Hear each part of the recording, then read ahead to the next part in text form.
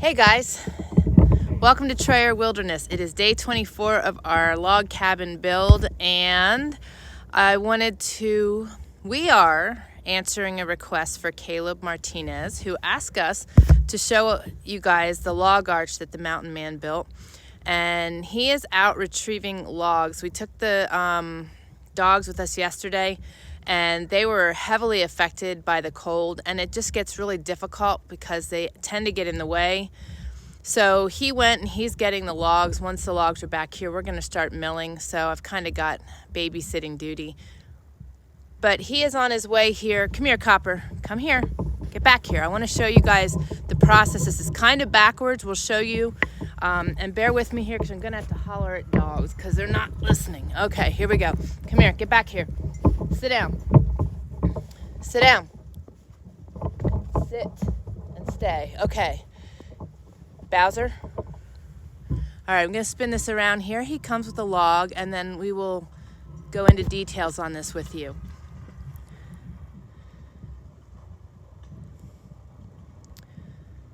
He made the log arch, and we just pull it with the four-wheeler. He also made the sled on the back of it so that he's not tearing up the road. And he's going to go down. Stay here, missus. And turn around down here and come back, and then we unload the logs at the deck for the mill. So he's going to spin that around, bring it down here.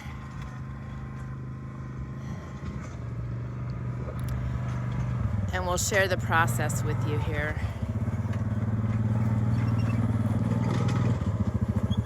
Okay, like I said, this is kind of backwards as well. We are live. Live. Everybody look out. Yeah. And you can't be driving around out here in Idaho without your rifle. It's a beautiful day. It has... Especially in deer season. This is true. It is warming up. So we're trying to beat the muddy mess. So hence why we're doing this first. And again, this is backwards. We'll show you the process of him putting the log on there after he takes it off, maybe, so they can see how it works. Sure. Okay. All right, so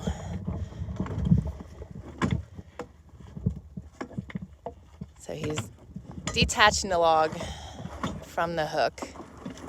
Okay. So when I come up to a log, grab my handle. Okay. Oh, right. And he built this thing. That trailer was part of what? Well, the axles, the tires were off of an axle of an old horse trailer. So it was all part of this. So he repurposed the horse trailer for the mill and then used pieces of it for this. So this is total MacGyvering. So what you do, normally I'll pull up to a log, and the front end of the log will be about right here where my foot's at. I don't know if I caught that.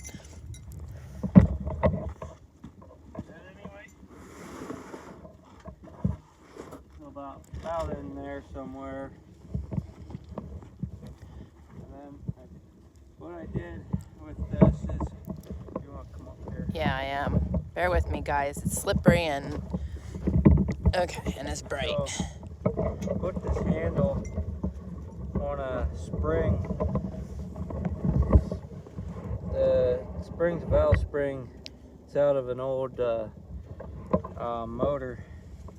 I also have one down underneath here as a shock, kind of a shock absorber. And I'll show you Sorry. here in a second. But I just take this and release it about 3-4 turns. And the spring's pretty stout. Yes. So I'll push this back and I'll push back in here, and that releases it back to that point. Then I'll take and release this and push back a little bit.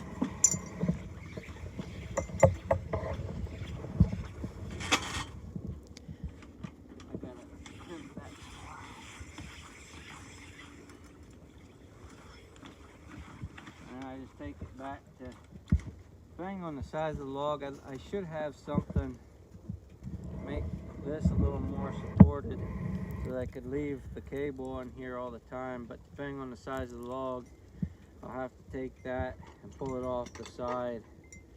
But a log like this is no problem for it to rest on there. Right. And then you just take the tongs and put them over your log. Normally it'd be about like that. And then I'll just release it a little bit so the tongs drop down some. There, and I'll flip, and then I'll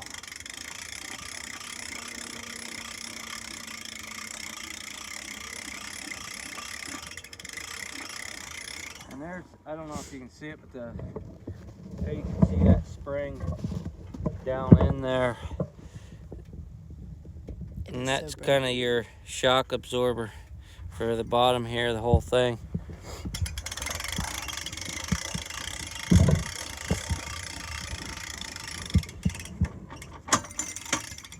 And then you're there, pull your handle. Now, because of where I'm hauling these from, I'm hauling them back our lane a little bit. I don't want to tear up the lane, and with it, the snow, it's kind of nice. I took an old 55-gallon drum. Now I had this one, was part of, I built a cone for when I'm pulling logs long distances and stuff at the front of the tree. Isn't digging into the ground. And it goes over the debris a lot easier. Yeah, it goes, like if it comes to a stump, it comes up, a lot of times just glance off the stump and keep on rolling, where normally it dig into the stump. So that's what that initially. That one there, I was working on a log on the side of this clear cut, and it was way up there. Real icy, snowy. And I had it on the front, and I was pulling and pulling and let go, and it come down across the side, and there was an old logging road at the bottom, and it come down and stuck the front of the log right into the ground, and it ran the cable, the choker that was on the front, it tore the barrel. And I thought maybe the log was just in the ground, just, you know, maybe 4 feet or so. It ended up, it stuck in the ground about 8 feet. Had a lot of force behind it. A lot of force. It was a big old tamarack, and it was, the back was about like that. And it was probably, I don't know, I want to say 50 feet long. Yeah, it was a big tree. Something like that, maybe even more. So when it started coming down across that side, there was no stopping it. It was going. Thankfully, nothing was in its way. Yeah, that, if you'd have been in the way, you'd have went right through you. Yeah. You looked like a shish kebab. Yeah, that's scary stuff. So, anyways, this is one of the small logs. So that's the remains of his cone. Yeah, that's the remains of the cone. I just use it for sliding. This will hold up to a 32 inch tree. So it'll hold a pretty good sized tree on there. And it has served us well. I mean, here's some of the big ones we've gotten already. You know, this is the bottom, the base of the tree. So you can see that they were big, and that's nothing compared to some of the other ones that we had brought up here and milled already. Yeah. This here log is the top of the tree, so that's why it's so small.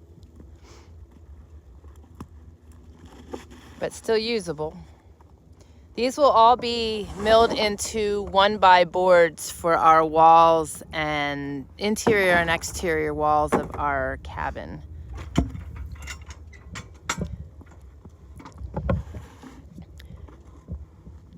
And typically we do this together and help each other out. It's hard to do that while videoing with a decrepit tripod and also with the dogs right now. want me to hold this end? Yeah, I guess. Okay, one more. 1, 2, 3. There we go. Okay. Whew. All right. So I do see some comments, so I don't know if there's questions. So give me a second here. Wow, that's really wobbly. I'm trying to get my other wobbly. If that ain't Dutchy, I don't know what is. That was Dutchy. That was one of our camp vocabulary words, part of our dictionary, if you will. Okay, so some of the comments here. Hey, Anita, good to have you on here. It is cold here, and it is pretty.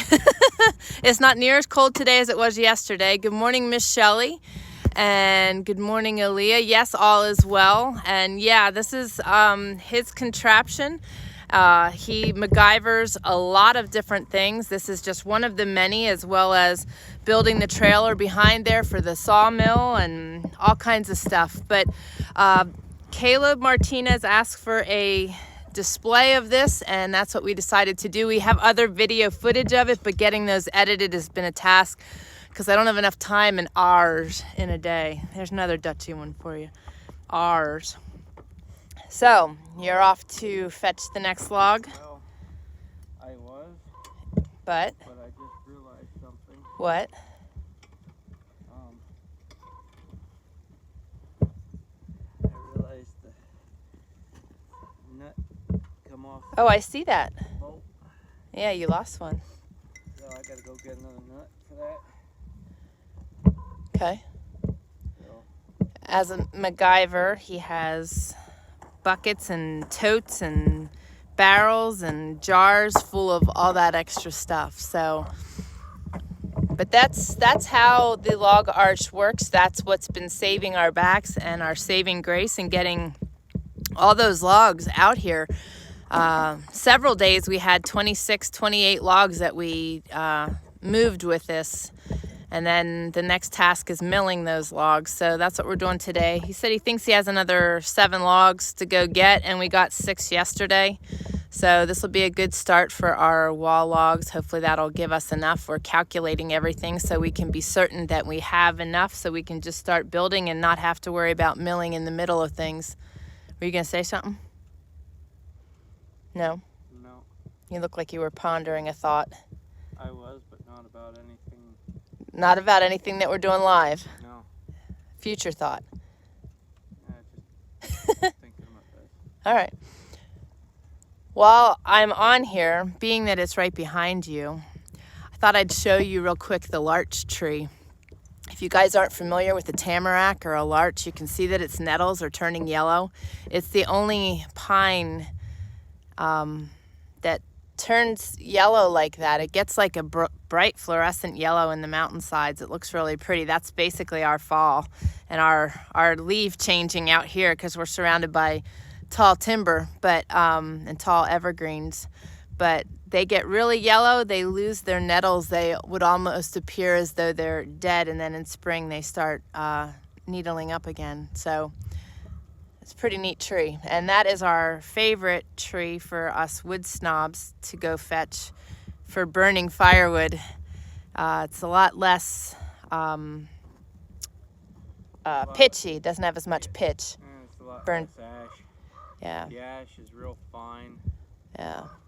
And it burns hotter and longer. The BTUs of it compared to like some of this other wood is a lot hotter than like this stuff. It does burn longer. Yeah, nice firewood for the evening so you're not up filling the wood stove or cook stove all night long. All right, well, I'm going to spin this around here quick so you can see the view behind. It is a gorgeous day, and it's warming up, so that makes it nice. The snow will melt off. We just got to be fast in getting everything we need here so it doesn't turn to mud. But our goal then will be milling later, so we'll probably jump on later, give you a progress report, because we're going to mill all of our wall logs that we have. That's almost heartbreaking in some ways for us to mill those logs because we work so hard to get them milled, but we need to get under roof, and we've decided to stick frame this guest cabin and do the other guest cabin in the log so that we can share that with you. Our house will be the log, but right now, to get us under roof and secure us for winter, we're going to stick frame. So we're milling up all of our wall logs into 2x5s and 1x's. So we'll start that today. So I'm going to jump off of here. And Caleb, I hope you enjoyed that, and thank you for noticing his handiwork. And God bless you all. If you need prayers, leave them in the comments below. Please keep Austin in your prayers. One of his housemates was diagnosed with COVID, and he hangs out a lot with him. He was also tested, just hasn't gotten results back yet. So,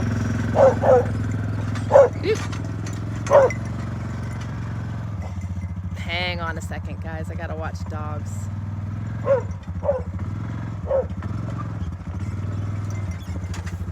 Come here.